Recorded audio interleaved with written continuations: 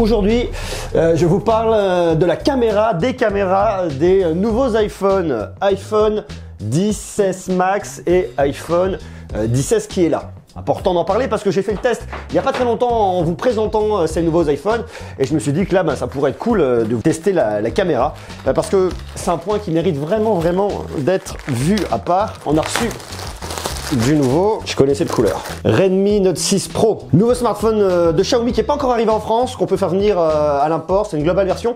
On en parle d'ici quelques jours, abonnez-vous, restez connectés, comme ça on va voir. Alors on a d'autres trucs qui vont être testés très rapidement. Honor 8X, produit de Wiko, le View de Go de Wiko et le View de Plus de Wiko. On l'a testé il n'y a pas très longtemps, le View de Pro. Voilà, ça complète la gamme. Il y aura plein d'autres tests, plein d'autres nouveaux produits. Donc je vous invite à faire une chose pour connaître toute l'actu, c'est à vous abonner et à rester connecté. Mais avant toute chose, je vais vous parler d'une solution qui s'appelle LastPass. Alors c'est une vidéo qui est sponsor par LastPass.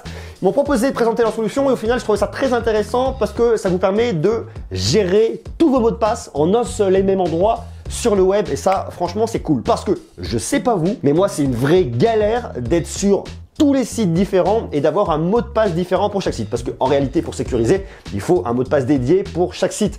Alors si vous arrivez à vous en souvenir tant mieux, mais vu le nombre de comptes que j'ai, c'est-à-dire entre les comptes Amazon, le compte Trello, le compte Gmail, le compte YouTube, le compte, attendez j'en passe, le compte Netflix, au bout d'un moment avoir un mot de passe pour chaque site c'est très compliqué et c'est là où une solution comme LastPass est vraiment intéressante parce que elle va centraliser tous ces mots de passe, elle va vraiment sécuriser et elle va en gros vous sortir une vraie épine du pied et ça pour le coup c'est vraiment cool. Alors je vous explique comment ça marche. L'idée c'est que vous allez ajouter tous les comptes que vous voulez. Par exemple là je vais ajouter mon compte Netflix. Je le copie-colle là, nom d'utilisateur, le mot de passe et j'enregistre. Et là Netflix est ajouté directement ici. Ensuite ce que je fais lorsque j'arrive sur Netflix, je m'identifie et tout est directement accessible grâce à LastPass. Là par exemple je vais m'identifier sur Netflix. J'ai déjà enregistré mon compte Netflix dans LastPass. Je m'identifie, ça me propose mon compte en bas LastPass. Je clique, je pose, Face ID, hop, ça déverrouille. J'ai ici mon compte, hop, j'appuie, je m'identifie et tout est récupéré directement sur LastPass et c'est hyper sécurisé. LastPass ça vient vraiment centraliser tous vos comptes. Là par exemple vous pouvez avoir des notes sécurisées, vous pouvez enregistrer des formulaires, vous avez un centre de partage,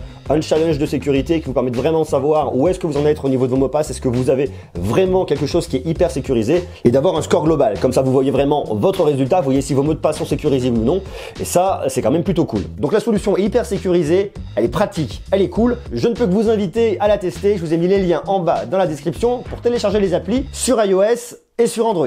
Commençons par le commencement. Ces nouveaux iPhone 10s, iPhone 10s Max sont vraiment très bien en termes de photos et de vidéos. Voilà, ça c'est fait. Maintenant je vais vous expliquer et je vais détailler pourquoi. Je vous le dis tout de suite, je les trouve excellents en termes de photos, de vidéos. Je les trouve pas aussi bons en photo que le P20 Pro de Huawei et pas non plus aussi bons que le Galaxy Note 9. Et Galaxy S9 Plus. Je le mettrai en gros en 3e position. Néanmoins, si vous aimez Apple, que vous êtes sous iOS, vous pouvez les acheter, être vraiment tranquille pour avoir de la bonne qualité en termes de photos vidéo. Ce sont vraiment des super appareils. Sur ce smartphone, on a un ensemble de choses qui font que ça marche vraiment bien. Déjà, vous avez la nouvelle puce A12 Bionic, le Neural Engine, de l'intelligence artificielle, un software qui est complètement optimisé pour venir vraiment traiter d'une qualité vraiment excellente vos photos et vos vidéos. Vous avez bien sûr du HDR, enfin tout ça je vais vous le détailler dans quelques instants. Double module photo, grand angle, téléobjectif, 12 mégapixels pour les deux qui marchent très bien. Sur le grand angle, vous avez une ouverture à f1.8 donc très lumineux, tandis que sur le téléobjectif, vous avez une ouverture de f2.4. Point extrêmement positif aussi de ces capteurs à l'arrière, c'est la stabilisation optique qui est vraiment excellente. Et ça pour moi c'est un point qui est vraiment très intéressant. Sur la caméra de selfie, vous avez une 6 mégapixels, c'est la caméra True Depth qui marche bien.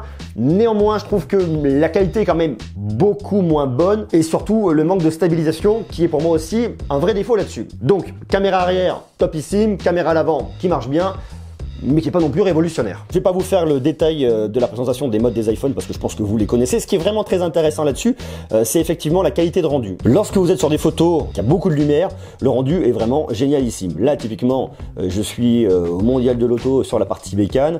Le rendu est juste dingue. Les détails sont géniaux et c'est vraiment un smartphone qui marche extrêmement bien de ce point de vue-là.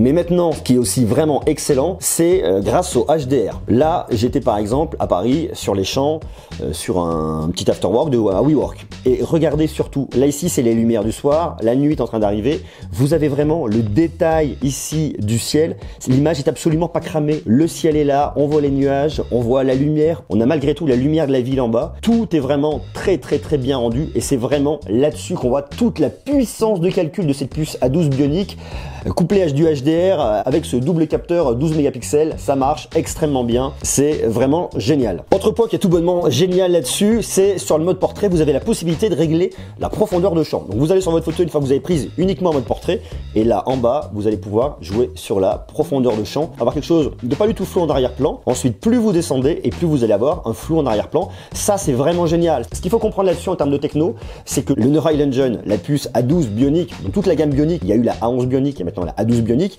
elle va vraiment vous détourer, repérer tous les contours qui dessinent le personnage pour détacher et ensuite vraiment pouvoir faire ce flou d'arrière-plan. Et alors là, je le fais avec la caméra arrière, mais je peux le faire également avec la caméra avant. Parce qu'autant avec la caméra arrière, on peut se dire, bon, on a un double capteur photo, c'est le téléobjectif qui va vraiment permettre de séparer, le logiciel derrière fait un peu ça popote. À l'avant, vous avez uniquement une caméra de 7 mégapixels, pardon.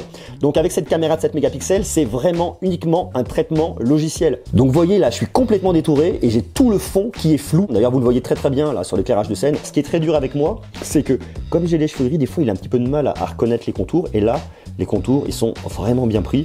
C'est vraiment impressionnant. Et c'est ça qui est vraiment génial avec la caméra de cet iPhone. Autant je trouve que la qualité est moins bonne sur la caméra avant, je la trouve vraiment excellente sur la caméra arrière.